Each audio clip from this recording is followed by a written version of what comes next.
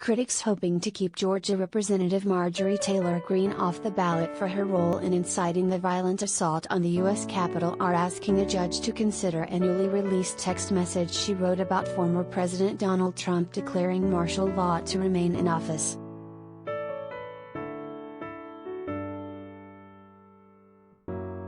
Backed by the group Free Speech for People, 4 residents of the first-term Republicans' district are asking an administrative law judge to rule her ineligible for re-election because the 14th Amendment prohibits insurrectionists from holding office.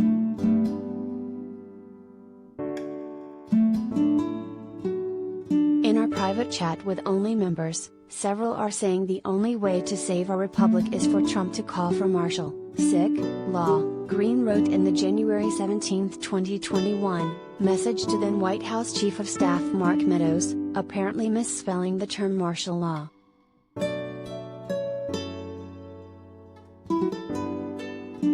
I don't know on those things.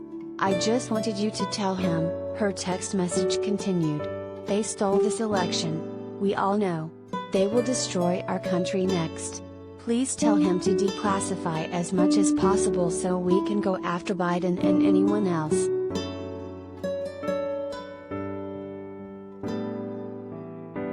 The text was among 2,300 messages that Meadows turned over to the House committee investigating the Capitol riot that were subsequently released to CNN on Monday.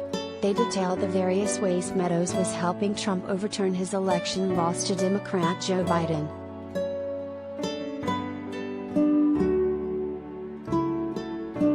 Greene testified for 3 hours last week at a hearing in Atlanta where she repeated Trump's lies about the 2020 election being stolen through massive voter fraud. She denied having advocated violence, despite social media video evidence to the contrary, and said she did not recall having pushed for martial law.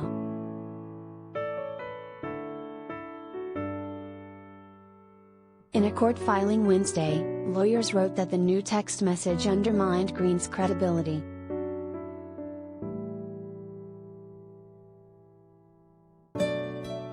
Greene's testimony at the hearing that she could not remember discussing martial law with anyone was already dubious.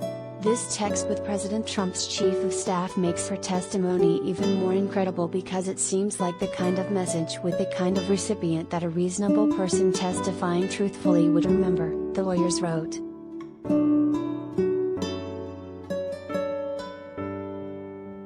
"11 days after the failed insurrection, Greene was still fighting against the peaceful transfer of power by advocating extra legal means. This text, like her statements on January 5, shows the lengths to which she was willing to go to help Mr. Trump remain in power," they added.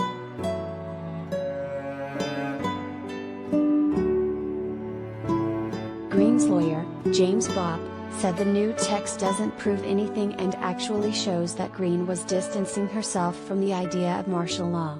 "It's not related at all to the case. It's completely innocuous," he said.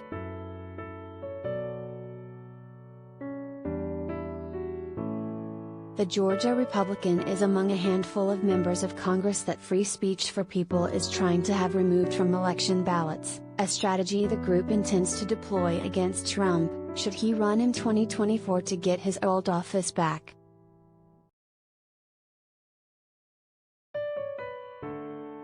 A section of the 14th Amendment states that no one who has previously sworn an oath to uphold the Constitution but who then takes part in an insurrection can subsequently hold office.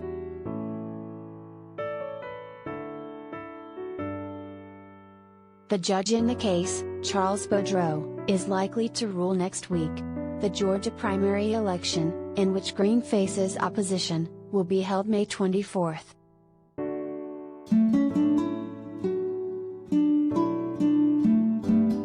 Despite losing the election by 7 million votes nationally and 306 to 232 in the Electoral College, Trump became the first president in more than 2 centuries of elections to refuse to hand over power peacefully. His incitement of the January 6 assault on the Capitol, his last-ditch attempt to remain in office, killed 5, including 1 police officer, injured another 140 officers and preceded 4 police suicides.